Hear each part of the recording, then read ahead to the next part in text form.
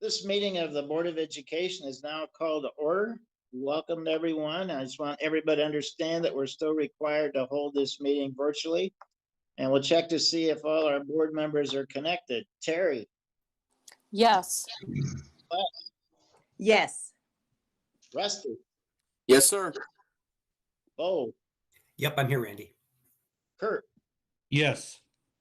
and Keith. Yes. Thank you. On behalf of the board, I'll recite the Pledge of Allegiance. I pledge allegiance to the flag of the United States of America and to the republic for which it stands, one nation, under God, indivisible, with liberty and justice for all. We'll start with approving our agenda for this evening. Are there any changes to the agenda? Nothing for me, Randy. Very good. Then we'll accept a motion, please, to approve the agenda.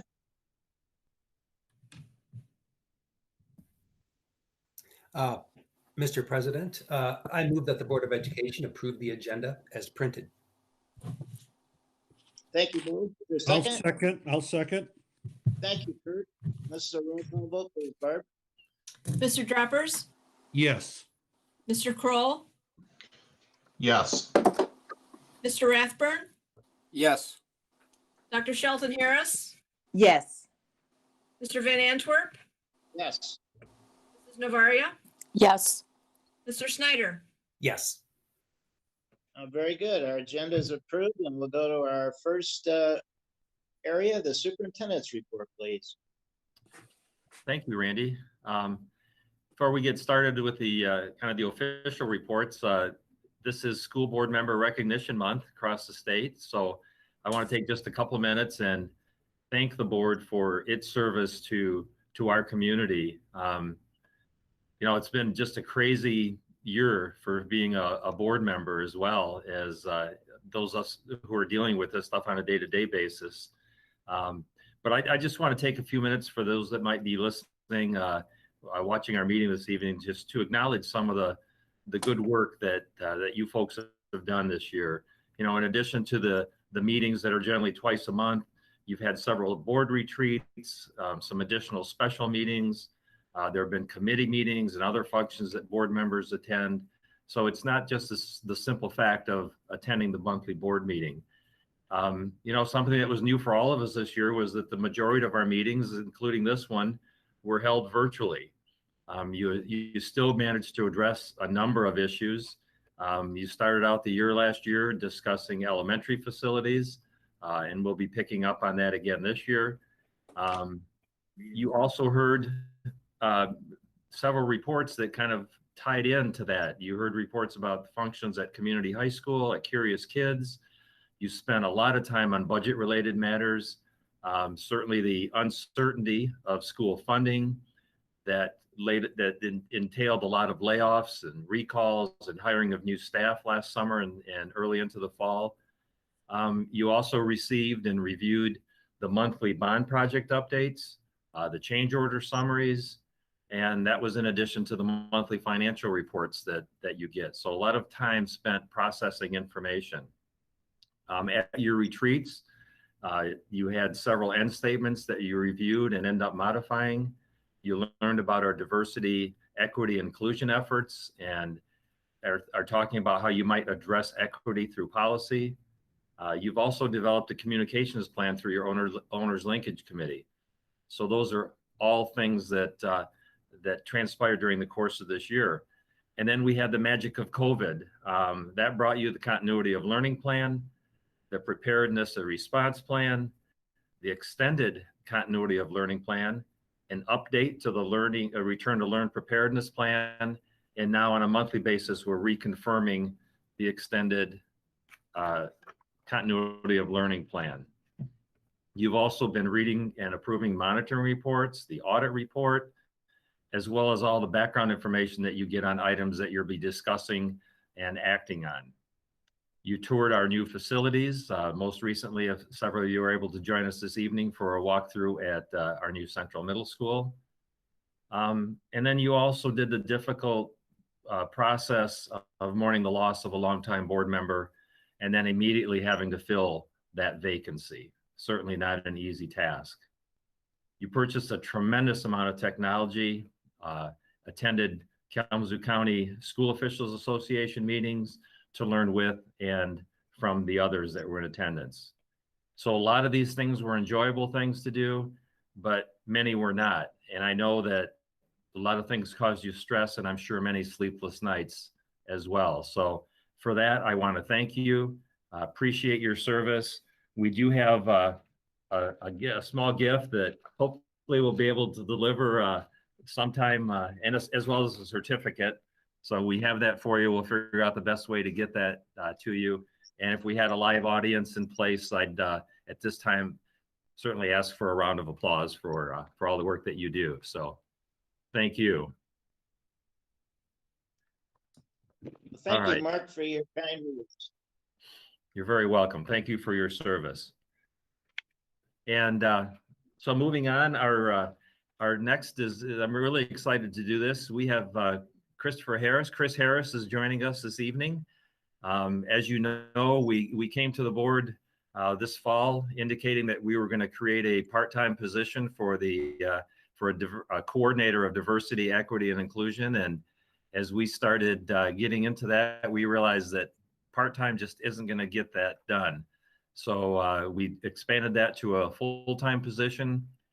Chris interviewed for that role and was placed in that position. He's currently finishing up his duties as a Young Fives instructor in the district, housed at 12th Street. He's got this week to go, and then he'll be joining us in central office starting right around February 1st. So I thought it'd be nice if Chris could introduce himself to you and talk a little bit about his background and what some of his immediate first steps are, and just so that you get a better sense about Chris and the work he's going to be doing. So Chris, I know you've got a little bit of a fan club there with others from the department that are watching. So please welcome to you, and I'll let you get started. Thank you very much, Superintendent Belang. I am extremely excited, and it is a pleasure to be here with you all. Over the course of the next 15 minutes, I will give you a tour of a virtual Young Fives classroom. I will spare you all the off-key singing of good morning songs and days of the week. But nonetheless, we will also go through the district vision and goal for the coordinator position for diversity, equity, and inclusion. I am originally from Grand Rapids, Michigan, where I graduated from East Kentland High School. Prior to teaching, I spent several years in youth service and in nonprofit project management. This includes time as a college admissions intern at the University of Michigan Office of Undergraduate Admissions, as well as a leadership development facilitator for the Ann Arbor Public School System, and a special assistant with the Commissioner of Education at the Tennessee Department of Education.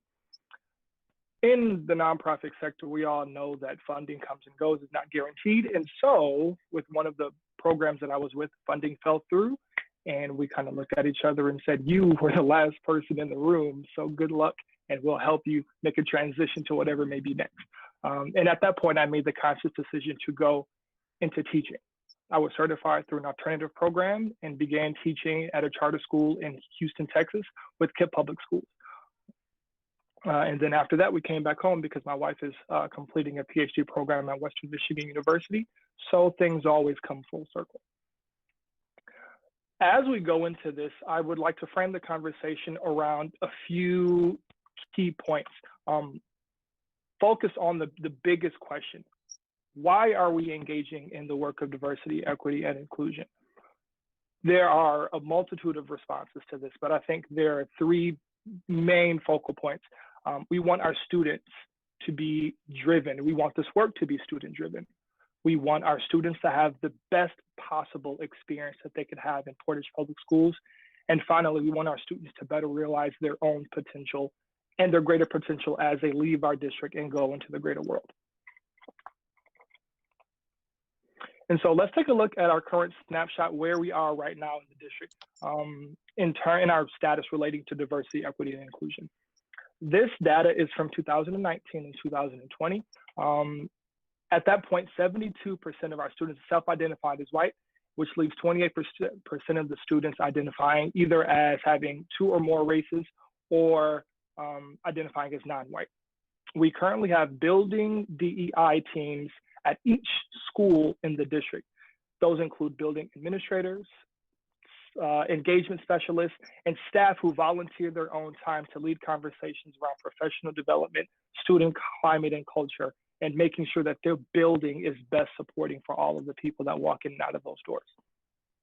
Our central office executive team, along with several others, are guiding some of the efforts. And we also have several initiatives with external partners outside of the district, including the Great Lakes Equity Center, which began in 2020, as well as the African American Student Initiative that is housed with the Michigan Department of Education, and the African American Student Initiative, the Certificate in Leading for Equity and Justice through Eastern Michigan University. Okay, this is the direction that we are going with the DEI position. In order to prepare our students for the real world, the world outside of Portage, we must intentionally, deliberately expose them to diversity of thought, diversity of race, religion, ability, ethnic background, and other social identities. If we don't intentionally and deliberately do this, we are doing our students a disservice for when they leave this community. For students who are non-white, non-native English speakers, asylum seekers, migrants, refugees, first-generation students, LGBTQ+, non-gender conforming students with a range of disability, we need to make sure that they feel championed, that they feel celebrated, that they feel loved, that they feel welcomed every single moment that they are in our school system. Those two are student focused. The third kind of shifts the glance to families. We want families to feel that their heritages, their differences are actively celebrated at their child's school, within the district, and within our larger community. And that fourth point really focuses on our district staff. We want to make sure that our district staff have the resources, at least the access to resources, to champion DEI and to express the value in this work. These are a few of the responsibilities that fall under the umbrella of the coordinator of DEI position.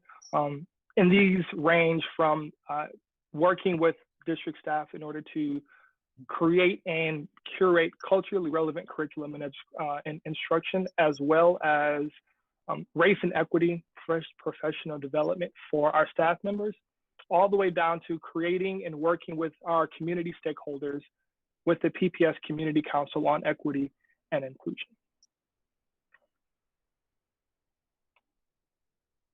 And so this is the fun point. How will we get there?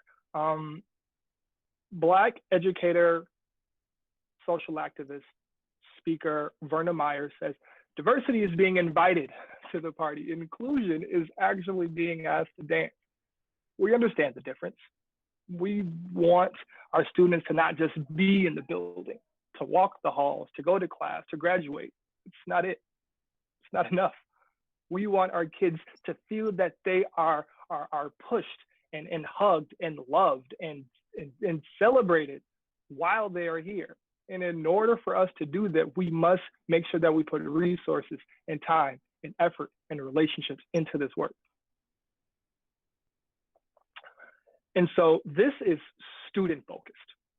That is where we are looking. That is the direction that we are moving. And this begins by listening. And so with district action steps, we are going to begin with our listening tour.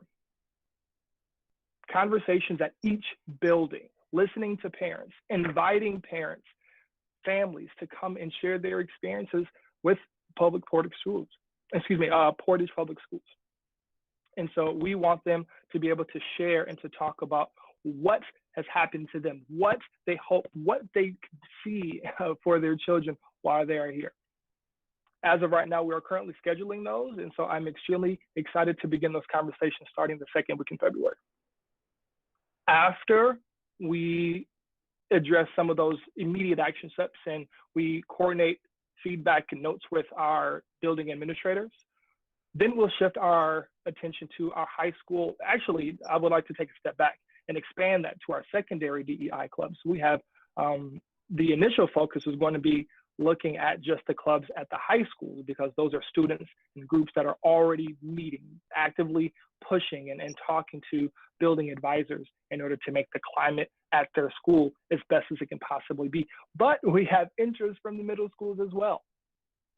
It's amazing for us to be able to hear and to understand that we have students in 6th, 7th, and 8th grade who are committed to this work, who have voices, who want to say things and who want to be heard. And so as we start to reach out and get in contact with those clubs and those students and those advisors, we will really be able to hear and have a ground level access to what it is that they'd like to see in their building, but also their hopes and dreams. Building DEI team and support and programming. Again, each building has their own group of individuals who are working. They are creating their own programming. They are, again, having conversations with their staff. And so it's important for us to kind of have a central location for these conversations. We can then start to pass best practices along, have district-wide programming, and things that lead to already established resources such as social identity months. Everybody knows that February is Black History Month, but March is Women's History Month. Islamic Awareness Month is in April. Asian Pacific Heritage Month and Jewish American Heritage Month are in May. LGBTQ+ Awareness Month is in June. These things are already established. They're nationally recognized holidays. Let's make sure that we take the time to push them, to celebrate them, and to do them district-wide through our building DEI teams in this central location where we can all come together and work and collaborate. And so I really do appreciate you all taking the time to allow me to be here, to share all of our hopes and dreams for this position and understand why this work is extremely important. And if anyone has any questions, I would like to address them.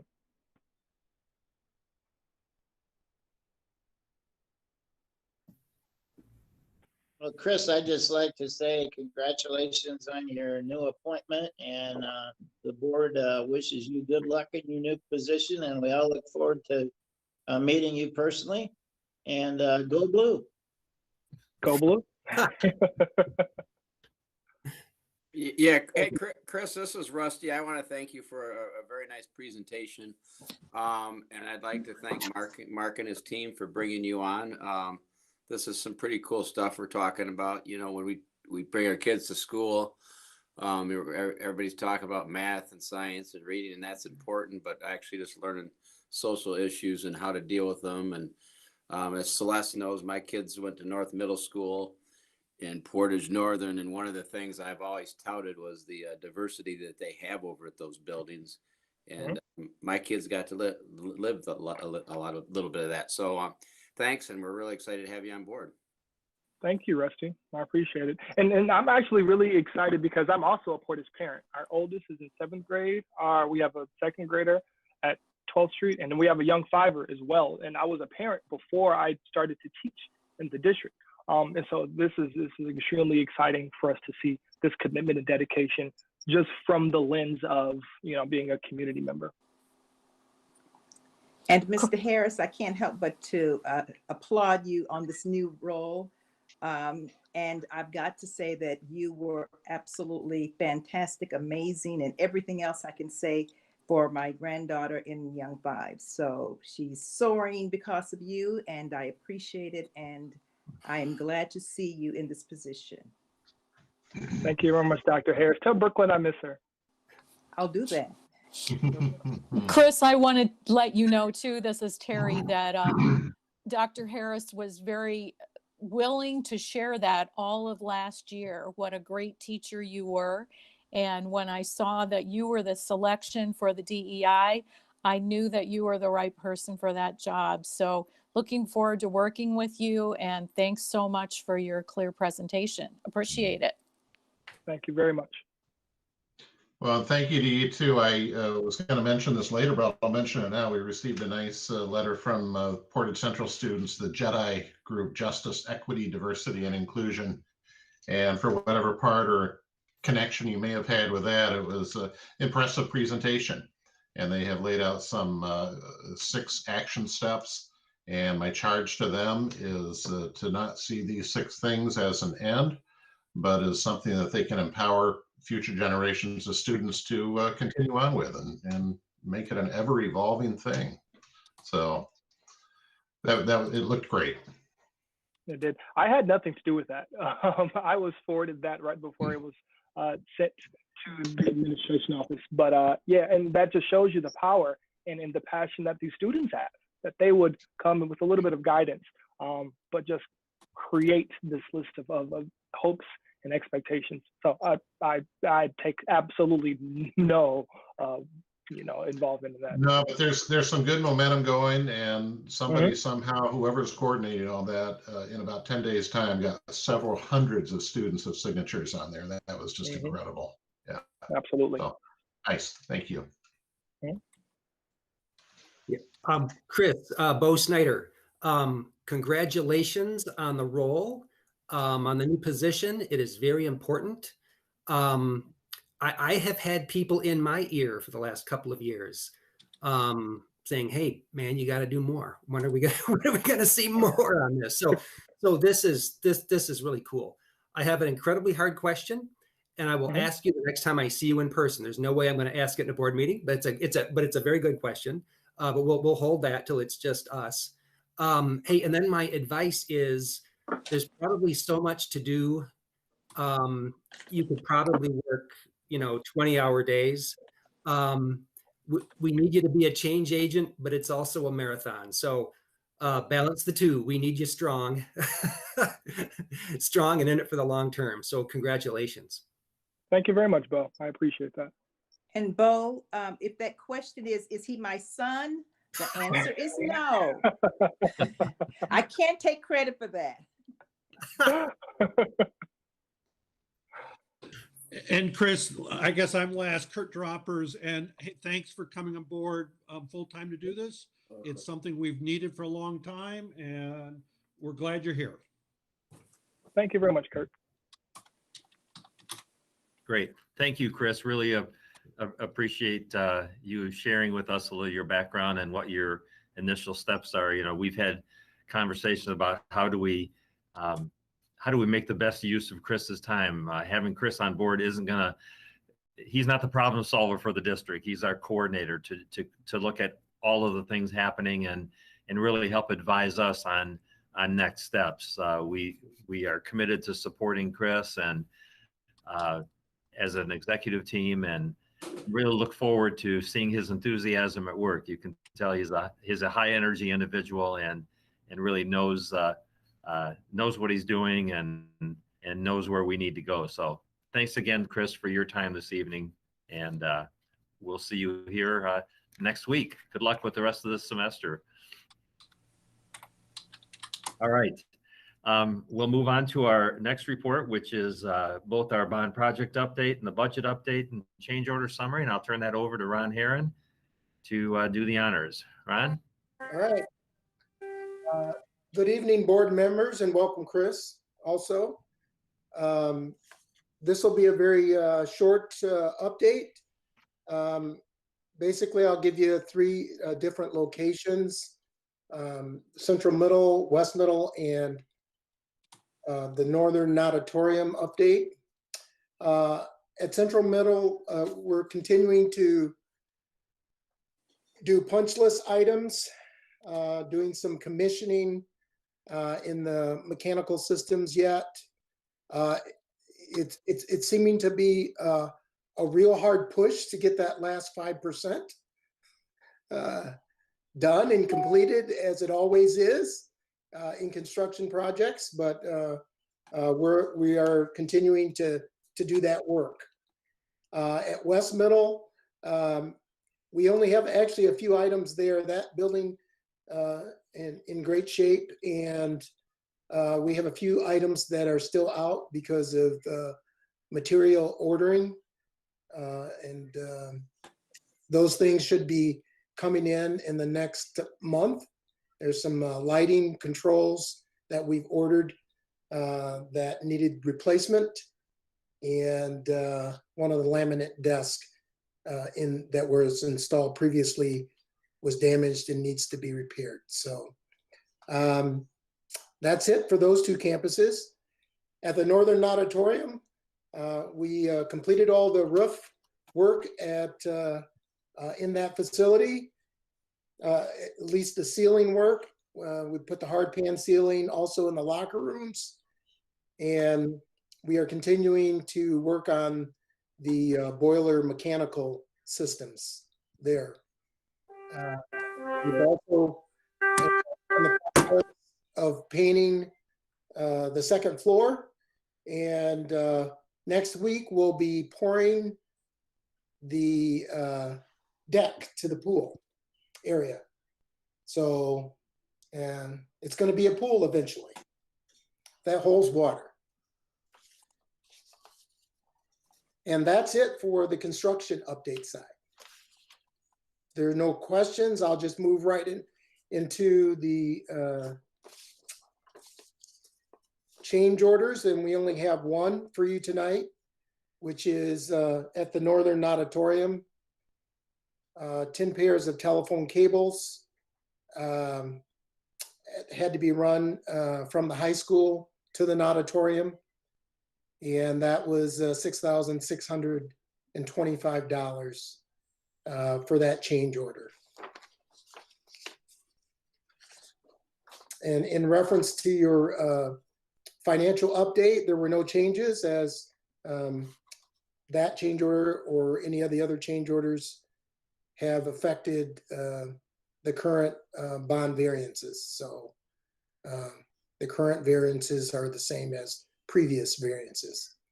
And we still have $1,751,548 in unallocated contingency. And with that, that's all I have for tonight.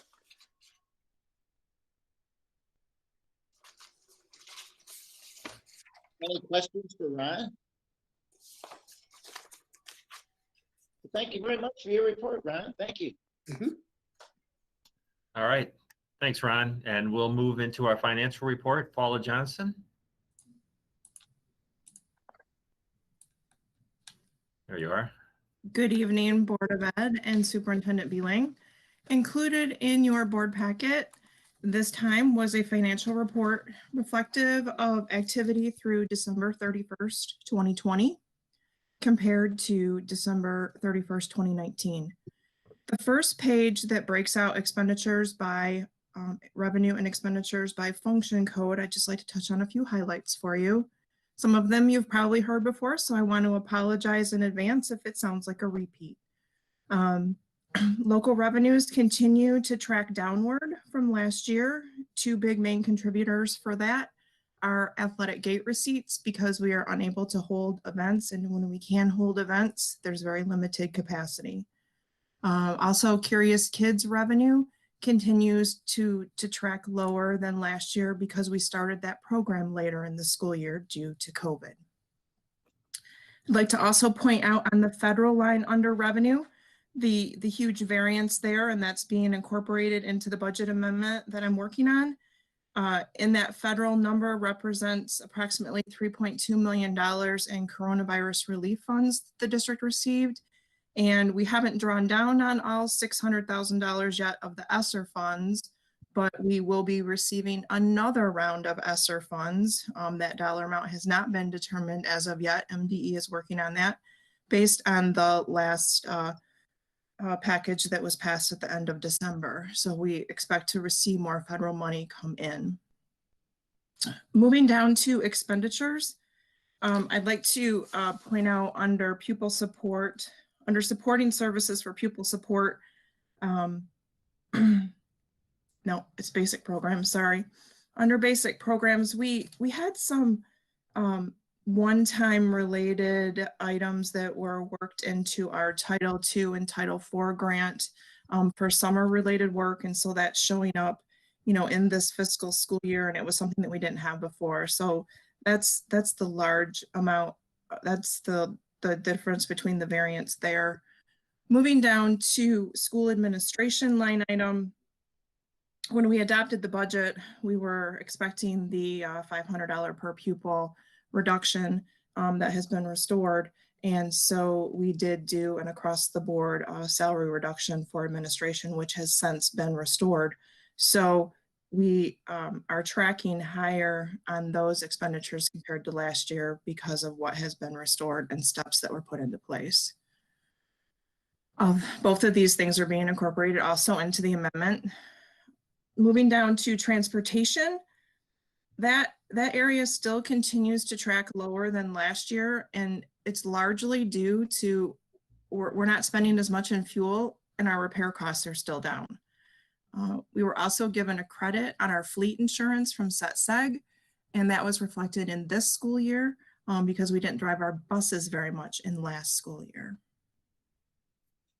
Moving down to other support services, this incorporates athletics and technology and human resources are the major parts that roll up into this line item.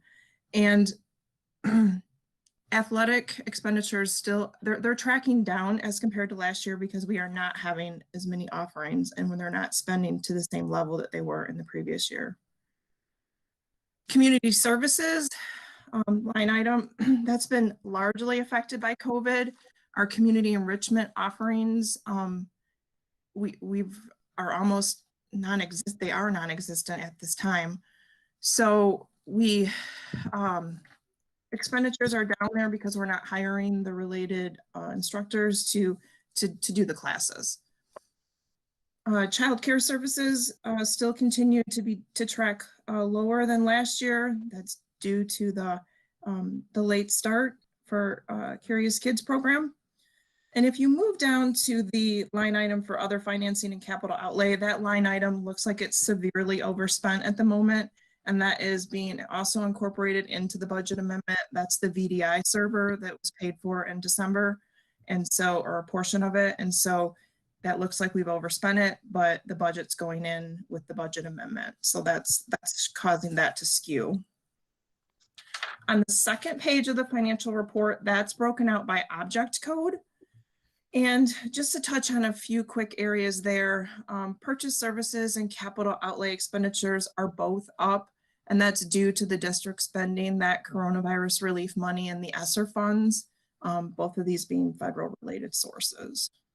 So that completes the financial report update. Are there any questions on that before I move on to the consensus revenue estimating conference?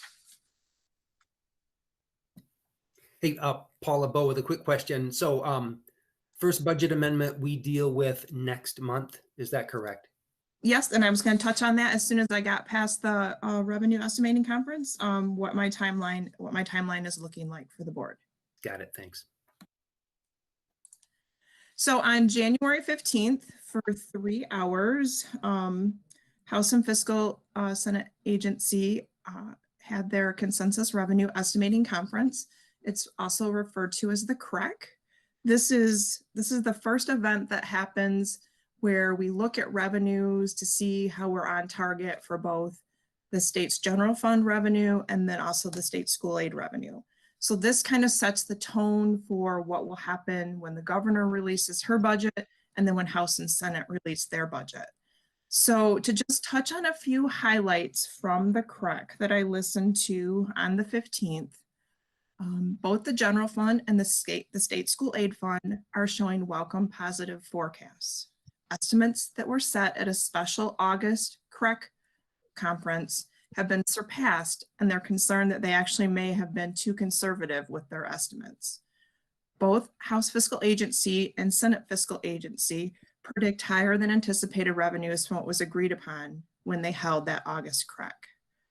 This can be contributed to stronger than expected growth in income tax withholding payments and sales tax boost attributed to the spending patterns of the pandemic and the reflection of economic conditions returning closer to a new normal.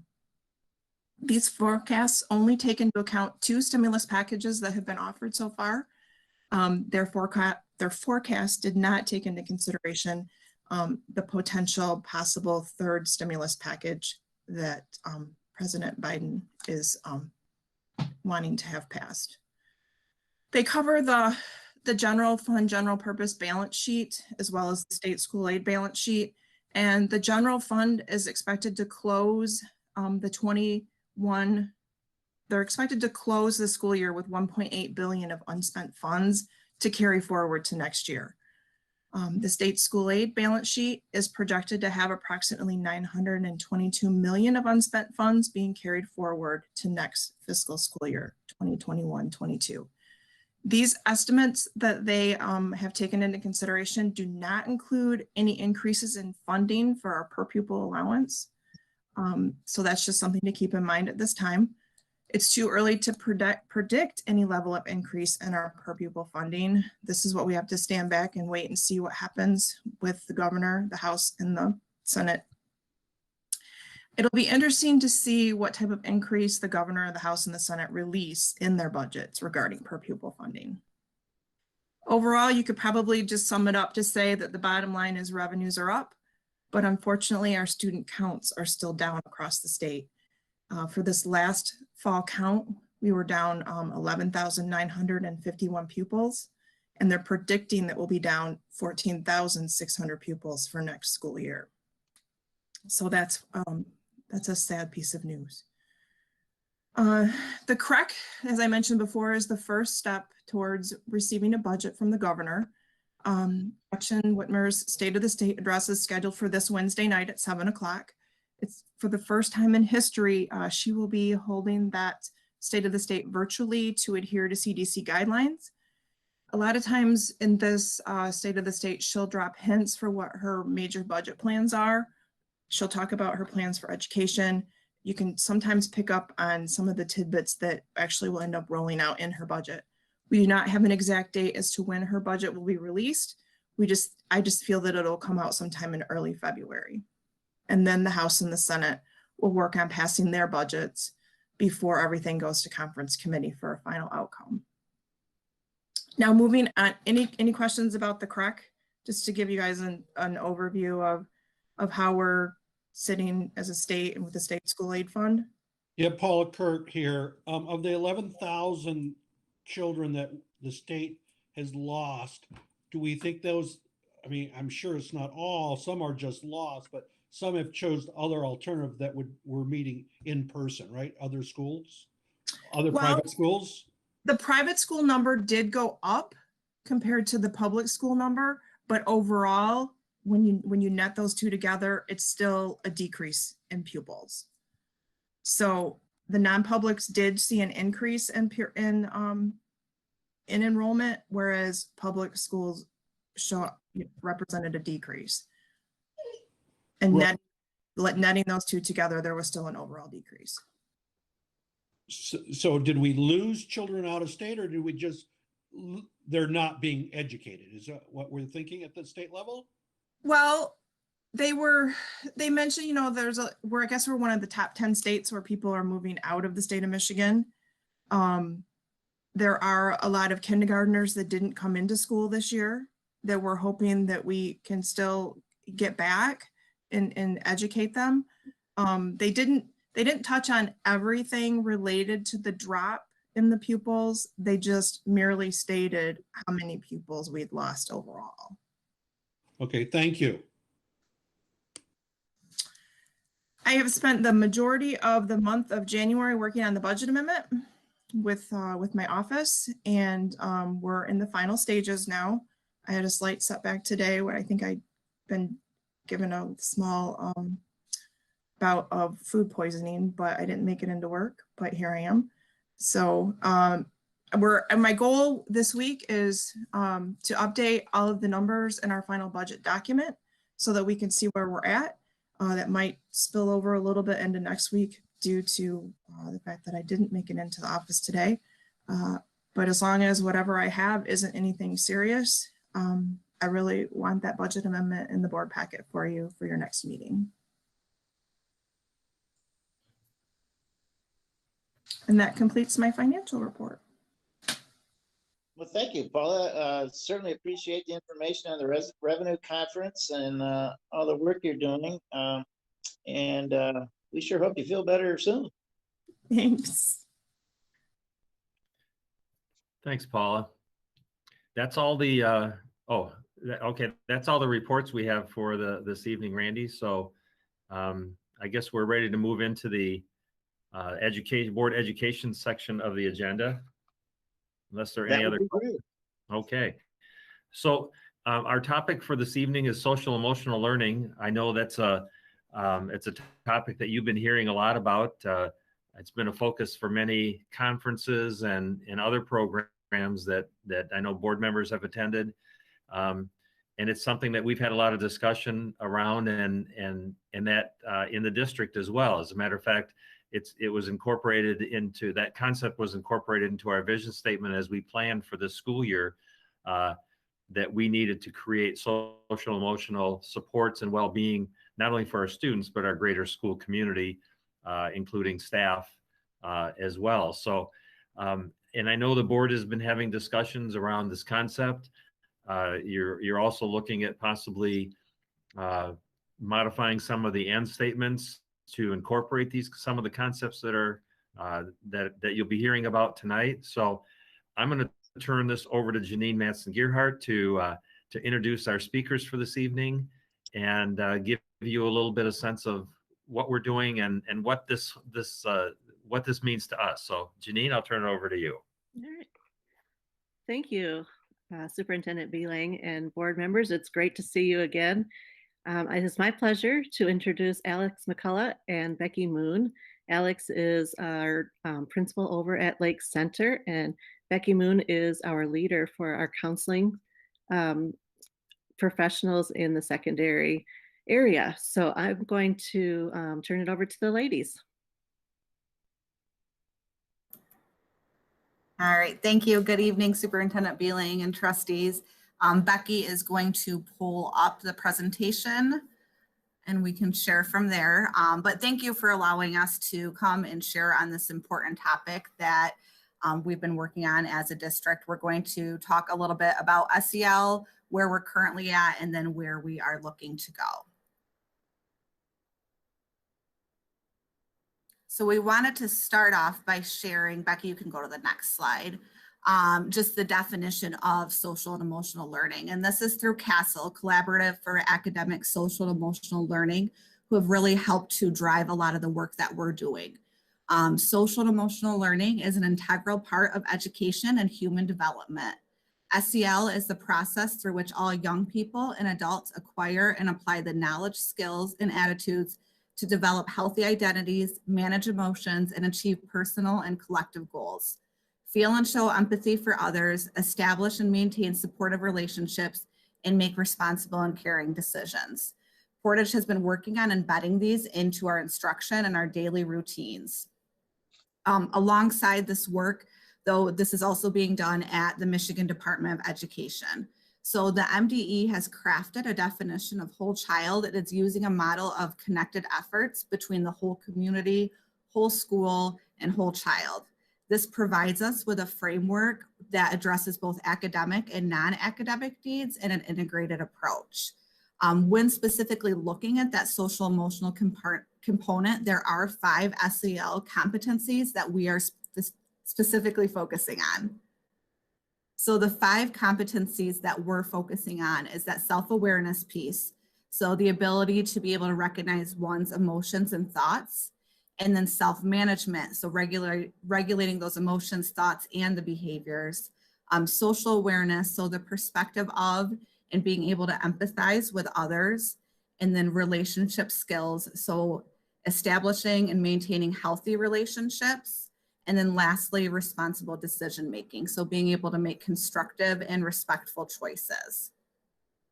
This work isn't being done just at the state of Michigan, but also we're partnering with KRESA and other districts so we can continue to build our own capacity. So we have worked alongside of them. This image shows some of the different initiatives that Portage has put into place and how they really are under that social emotional umbrella. So while we're presenting this now, this is work that we've been doing over the past few years and that we're going to continue to do. So looking at where we're at within our current status, as Superintendent Beeling already mentioned, we did revise our vision statement at the beginning of the year to include this. So that vision statement right now is we will provide a safe environment for our school community that is flexible and equitable, focused on social and emotional well-being and academic success for all. In addition, we also have a current proposal to our curriculum instruction team to adopt the MDE state SEL standards. And then we're also continuing to focus on those SEL competency, all while continuing to build relationships within the classroom, but then also at that larger level of the community. When we think about where we're currently at within our elementary buildings, we continue to work on how to embed SEL into the MTSS systems and structures. Looking at our tier 1 level, we have started to take steps of implementing morning meetings on a daily basis, zones of regulation, and utilizing restorative practices. We continue to have discussion around our tier 2 and tier 3 supports and how to help develop and identify the programming needs we may have to support students.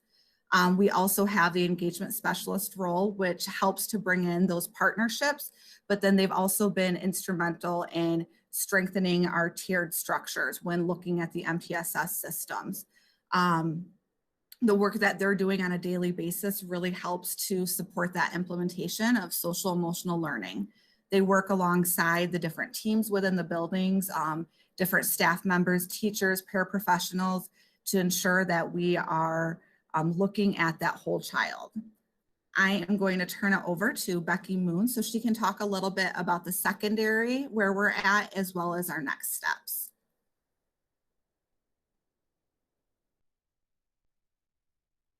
Oh, Becky, you're muted. Hi. Okay, I said it all in 2 seconds. All right. At the secondary level, similar to what Alex was saying, we work in our building teams to embed SEL into our MTSS structures and daily routines with our students. And so, for example, at the tier 1 level, in the middle school, we have implemented an SEL curriculum across all the grades, and we're teaching lessons, SEL focused lessons during XTS. So every student is getting those, especially during this time, just across the secondary, there has been a focus on building relationships in the classroom and looking at our students' social emotional needs.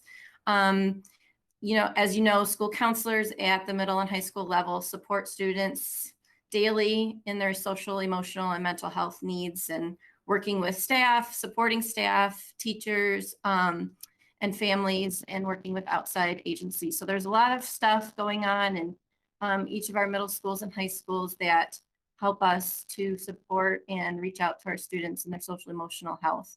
At the tier 2 and tier 3 level, we work to align the needs to the supports that we have within our building teams. We continue to look at and identify our programming needs and work with our school psychologists and behavior specialists as well to help meet the needs of our students.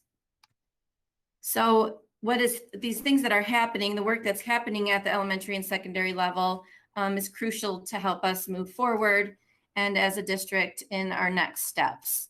So the Michigan roadmap, that is what we use this summer from our RTL teams and our health and safety protocols. And it recommends that an SEL screener is used to help identify and address the SEL needs of our students and staff members. So that's some ongoing work that we are looking at to make sure that we have the right supports once we identify the needs of our students and staff members. So there's some examples in the explanation there that you could look at.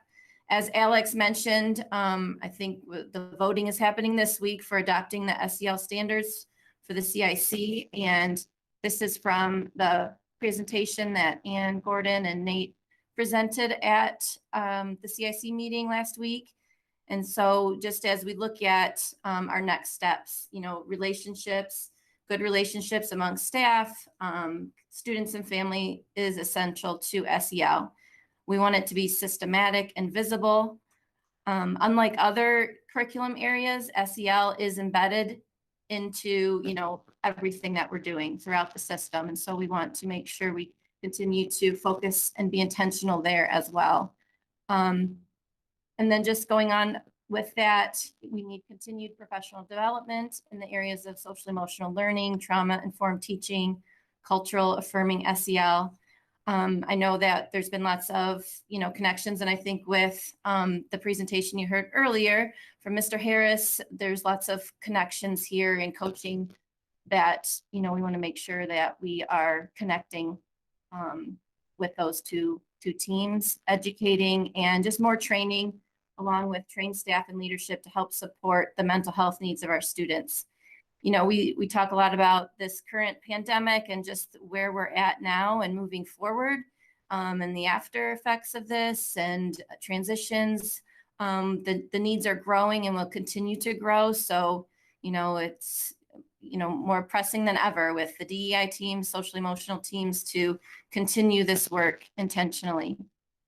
And so, as I heard Superintendent Beeling say, as you're looking at these end statements, as our team was looking at them, SEL and whole child, we kind of saw it at the core of each of these end statements.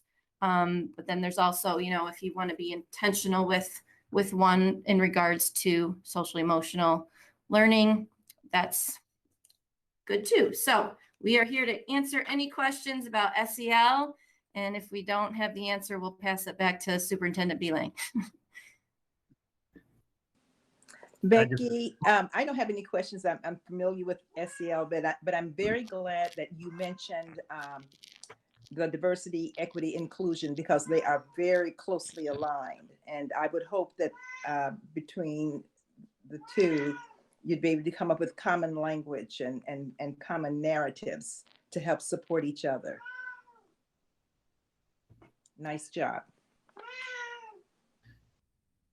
I don't have a question, but just a comment maybe for Keith, our newest board member. We use a lot of acronyms that might be foreign to you with MTSS and SEL. Well, SEL, but PBIS, and we'll do our best to try to explain those and in more detail as time goes on. But just know that there are a lot of acronyms in this world that we've become accustomed to, and we'll try to clear that up for you, Keith, or if you have any questions now about any of that, feel free.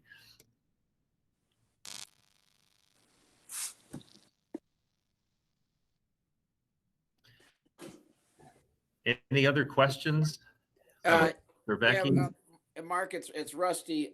Just a comment, because I've had kids that have been learning from home for this past half year, and I get to listen to the teachers passing by and what have you, and I'm fortunate enough I get to hear how what a great job they're doing trying to teach the kids, but I think they spend half their time just trying to make sure these kids are balanced and their social emotional needs are being taken care of. So I think the entire staff should be applauded, because I know everybody's working hard to make sure kids are safe and have a holistic well-being. So big kudos to everybody and all your hard work and getting everybody on the same page. So thank you.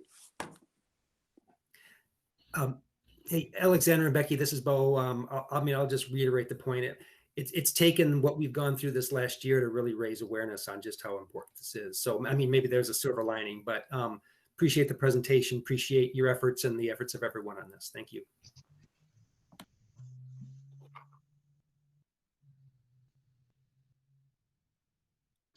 If there's nothing else, Randy, I'll turn it back over to you. Thank you, ladies, for being with us this evening and for talking a little bit about SEL. I know Ann Gordon joined us as well, as you've heard from Ann before on both of these efforts, both DEI efforts and SEL efforts. So she joined us and is an integral part of this work as well. So thank you for being here this evening, and I'll turn it over to Randy for the rest of the meeting. Yeah, we really appreciate the presentation as well. It's very timely, and we appreciate all the work that's going on in this area. And just a big thank you for spending some time with us tonight. We'll now move to our comments and communications section. As far as I know, we have no comments from citizens this evening. So are there any comments from board trustees?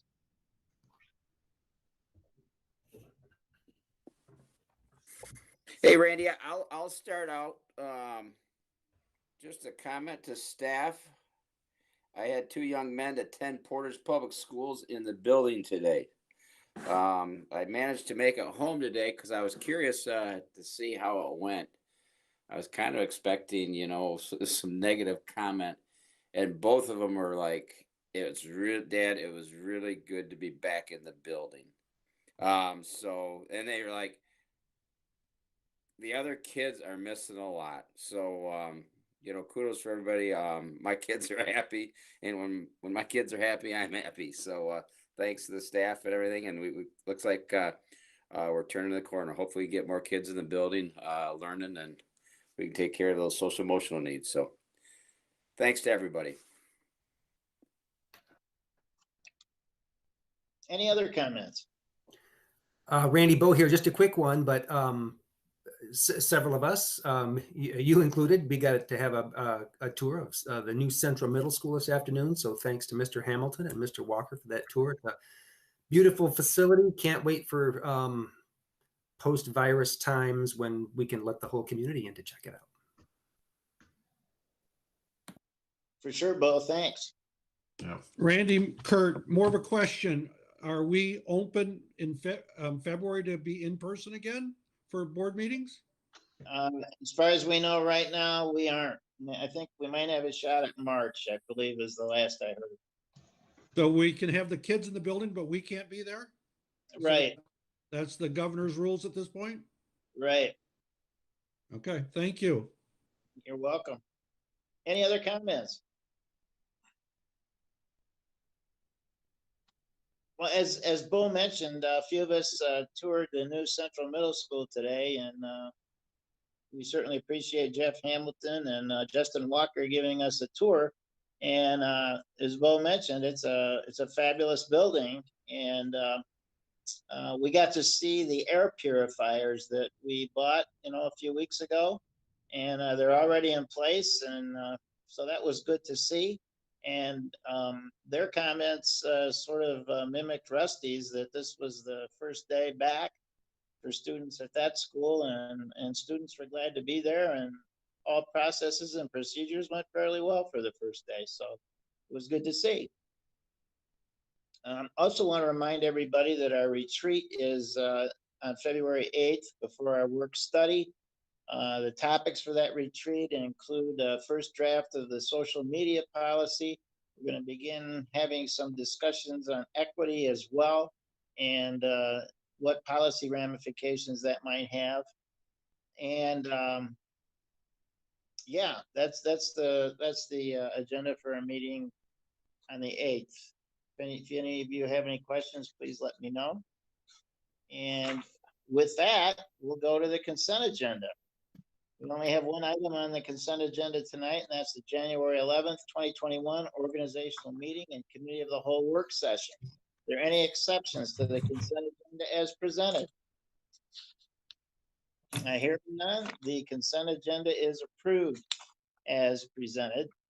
And we'll now go to our first action item, which is a resolution declaring support for the special education millage proposal. Is there a motion, please? Yes, Mr. President, I'd like to make the following motion. The Board of Education approve the resolution declaring support for the special education millage proposal in the amount not to exceed 1.5 mils for 6 years as presented. Second. Thank you very much. Is there any discussion? Very good then, Barb. This is a roll call vote, please. Mr. Kroll, Yes. Mr. Rathburn, Yes. Dr. Shelton Harris, Yes. Mr. Van Antwerp, Yes.